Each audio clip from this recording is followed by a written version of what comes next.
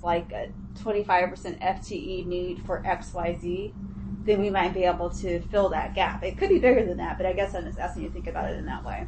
Right. Yeah. So I mean, the way I thought about it first, again, coming in a little bit on the tail end, was one with the data collection.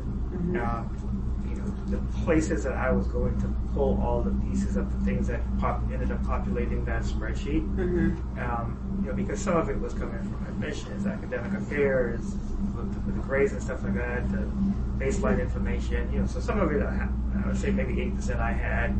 The rest came from academic affairs and so on. That was just challenging to kind of piece that together because, again, as I mentioned, the dean sort of made the point like we have our whole class, right? So I'm taking that information from a roster and then pulling out the 300 and something recipients and making sure that I'm getting just that and so on and so forth. So I think that had some challenges. So having somebody to either assist with that, and I think that's what Michael envisions the grant for assisting with on that side, just the data, gathering up the data. My more recent conversations with the financial aid director, Dr. H, said, I'm getting the sense that there needs to be somebody else to help manage the distribution of the funds, whether they interface with the bursar's office, university, or so on and so forth. That's the sense that I get, because essentially this is the largest award that the College of Medicine has ever received. And parceling out that distribution is, as Dean, inquired about the various lenders and stuff, was not easy. I have a feeling that they kind of got over that hump, and I need to get an assessment now from the financial aid director as we go through years 2, 3, and 4 over the next few years. Is that help still needed? And that I don't have a good feel for that as yet. My sense is yes, though. Yeah. because we still have 3 classes that will be getting the award for the next few years. And you guys are doing disbursements twice a year that aligns with your academic calendar. My guess, though, is that once it starts, it's like an ongoing process, and as soon as you finish the fall, it's time to do this free. Correct. Okay. Yeah, because the students, they get packaged, early in the fall. They're getting they should have gotten their refunds and things like that. Now they should be able to go in and see what's been applied to their account, and then pretty soon that process is going to restart late fall so that they get their refunds in January. Okay. All right. What about student level support? So it sounds like you meet with the M3s and so you have the academic counselors. Is there, and I'm asking this from the perspective of I know how other schools are trying to or have staffed their grant. And so some have like a scholarship coordinator, some have a financial aid person, some have like a student liaison. So I'm wondering if based on how you guys have formed the program and how you function as a college of medicine, is that a potential place? And that's not something that we could provide, but if you got that covered, you may have the bandwidth to do some of these other things. So that's kind of trying to get your thinking about that kind of thing too. Yeah, I think that would be more of an internal thing, internal staff thing. It's interesting you pointed out because we had a town hall with students recently, and a couple of them brought up the fact that they thought some of our offices were a bit thin in terms of staffing, and that it would be nice to have more than one person or 2 people managing all the emails that come in from the students when they're preparing for their application to residency season and stuff like that. So those are some things I think we as the assistant and associate deans have to discuss directly with the dean and say, okay, we think an additional person may be helpful here or there. Maybe even on the level of another assistant dean in a particular area also to be able to handle some of those student type services that you're referring to. But the short answer would be yes. Yeah. So is there a person that is everybody's person? Like the student is going to a crisis or whatever. Do they have like an assigned faculty member, or is there someone on staff who's like the go-to person that then helps them coordinate that? Like, how is that being handled? I know you guys are doing it, but Right.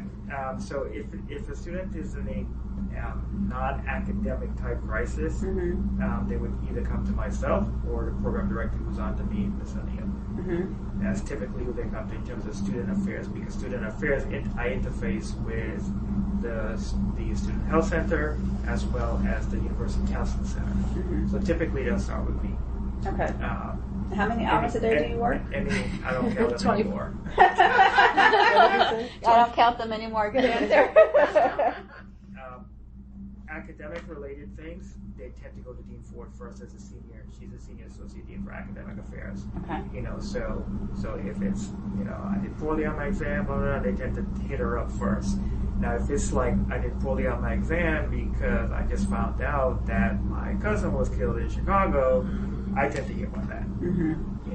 Those types of things as we try to, maneuver. And so, what do you do with them? Like, do you you counsel them, you mentor them, or do you send them out?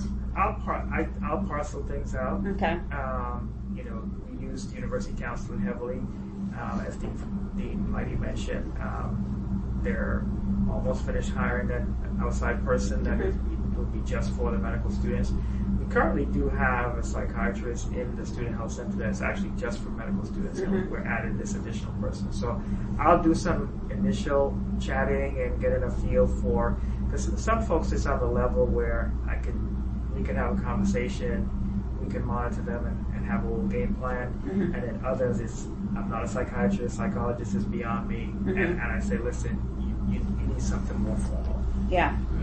And then I can make the appropriate referral. Okay. Yeah. Okay. I mean, I'm asking these questions because as a psychologist, I think the more those kinds of, the more confident students have around those kinds of supports, the more present they can be in a wraparound service around financial aid. I mean, if you're constantly hungry, you're depressed and you're not really dealing with it, then you can sit through a required thing and, you didn't take any of it in. Right. So just trying to think about, are there opportunities to learn from how other schools are handling that? And at the same time, the other thing that is true for GIR, which is a small company, we wear a lot of hats, and we don't parse out a lot of things for many reasons.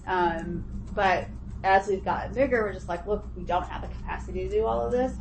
But figuring out how to do that in a way that we all have the confidence that we're passing off, and it's not going to come back to us.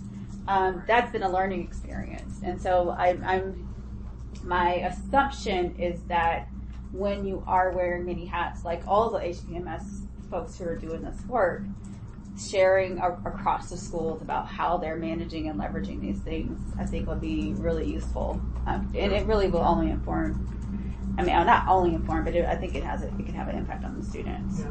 Right. Fair.